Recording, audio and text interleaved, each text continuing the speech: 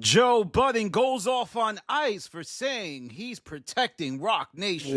So now let me get back to what I'm saying about how I carry it with people and their kids, and then you could announce how you carry it.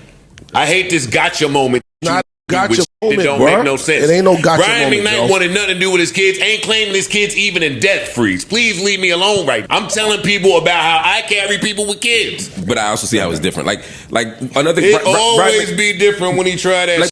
Ain't no trying nothing, bro. What are you talking about? Brian McKnight and Desiree Perez are not the same. I didn't say they're the same. Then why the we talking about Brian McKnight? Yo, sometimes we don't even want that. Like, come on, bro. That's hilarious. Yes, on the last episode of the Joe Budden podcast, things got contentious between Ice and Joe Budden. Episode 831, Flip would bring up and light the fuse of the theory that everybody on the show is afraid of talking about Roc Nation, even highlighting how Joe himself claims to rage against the machine, but since he came up, now he engages with the machine. Yes, the entire Joe Budden team is afraid to speak on Jay-Z's empire, a sharp pivot from the unusual filtered style that they'd like to present to us. Now, Joe Budden would deflect, blaming academics for stirring up the narrative that Joe Budden won't talk about Roc Nation, but Flip wasn't having it,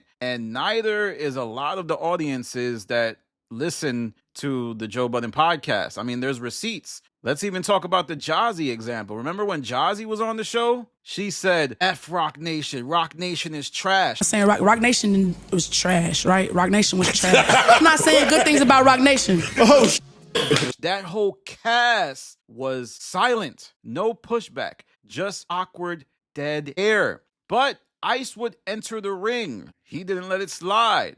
He presses Joe about Roc Nation's alleged role in the Tory Lanez versus Meg Thee Stallion saga. Everybody thinks Roc Nation had something to do. I mean, they represent Meg Thee Stallion in a lot of ways, and people feel like they're using their resources to stifle Tory Lanez. But Joe claims he's talked about Tory and Meg plenty of times.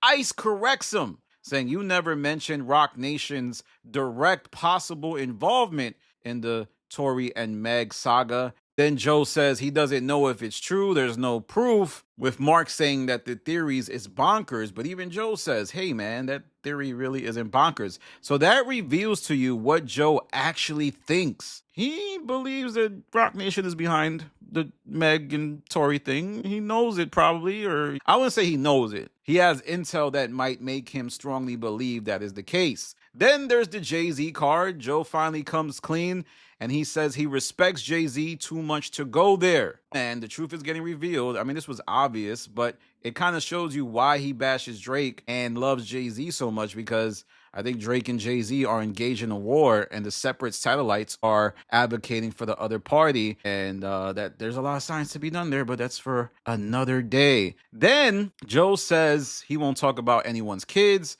with regards to the Desiree Perez case, where apparently she's involved in some litigation that involves children, and he refers to how he's just never done that. But Ice brings the smoke and said, you had no problem talking about Brian McKnight and his children.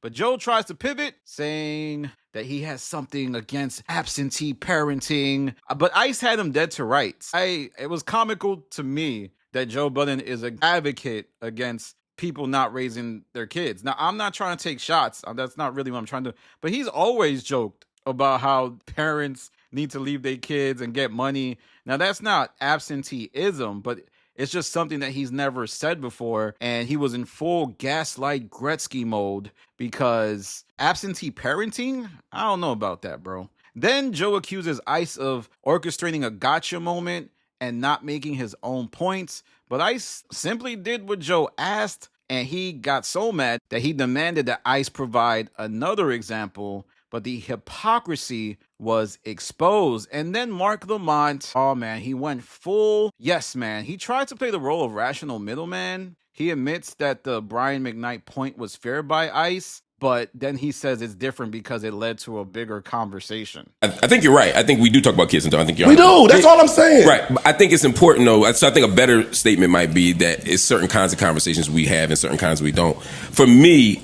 one thing is, is it just about this person's business, or does it advance a bigger story? Like, for example, the only reason Vanessa Bryant was interesting to me today was because we had a whole conversation that was bigger, right? That was bigger than her. Well, isn't there a bigger conversation to be had about Roc Nation and their involvement in certain things? I actually think that's more intriguing than the Brian McKnight bigger conversation, if you ask me. The bigger truth is, what is off limits for the Joe Budden podcast? If Roc Nation is untouchable, what else is? Who else are they protecting? If you know this, the Joe Budden podcast, they only talk about, like, they'll only trash somebody who's, I guess, outside the culture. Like, they'll diss Logic, but if, like, Memphis Bleak does something wild, they're not going to touch on it. And flipping Ice and this back and forth indirectly raise bigger questions. I do think the Roc Nation thing is a sensitive thing because, for the most part, it's a lot of theory style. There's no real proof. And engaging in theory style about a business that is just doing business-like maneuvers might be bad. And it could stop your bag. Does the Jay-Z influence, is it worth losing that connection? This guy's connected. It's not just Roc Nation. If you run afoul of Roc Nation, think of all of the other things. United Talent Agency, Rich Paul. This is a rabbit hole that I don't even know about. There's even things that I think Ice doesn't acknowledge because he's afraid of Roc Nation himself. There's rumors that Roc Nation is involved in the Drake vs. Kendrick drama. Behind the scenes, Nation. Then there's the Pusha T Def Jam fallout. You mean to tell me Pusha T signs to Roc Nation shortly after Def Jam releasing him? They didn't even talk about that aspect. They just said the Pusha T story, moved right by it. Where was that type of discernment when you were talking about Pusha T and GQ? He signed to Roc Nation, man. You don't think it's funny, Roc Nation? They're putting Pusha and Kendrick together. I feel like, let me know if I'm making sense. I know people are going to say, yo, I'm riding for Drake, blah, blah, blah.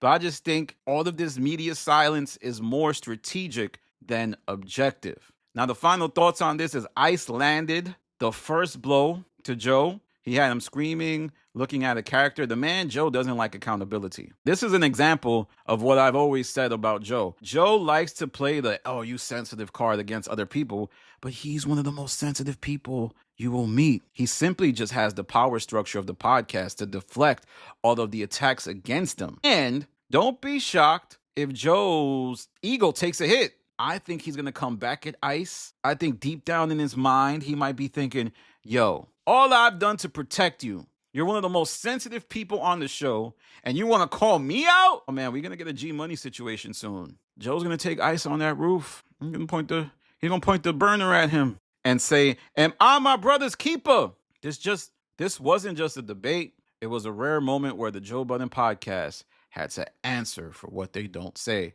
All right, Joe, let me know what you think in the comments. Why do you think Joe reacted that way? My guess is there was a lot of truth that led to that rant. And let's monitor how Joe deals with talking about Roc Nation moving forward. Now, I don't know if Roc Nation's doing all that. This is like City of God. Y'all ever seen City of God? At the end of the movie, Rocket, he has a picture of the cops doing a deal with the drug dealer.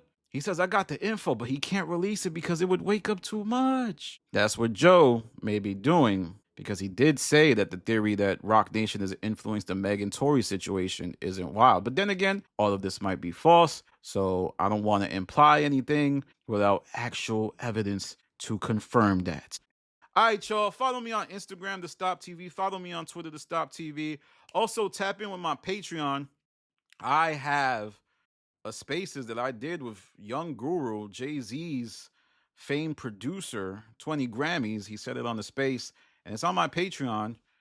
And it was pretty cool conversation. Young Guru was a good dude, at least from when he wasn't arrogant, he wasn't mean. He was actually a really nice guy.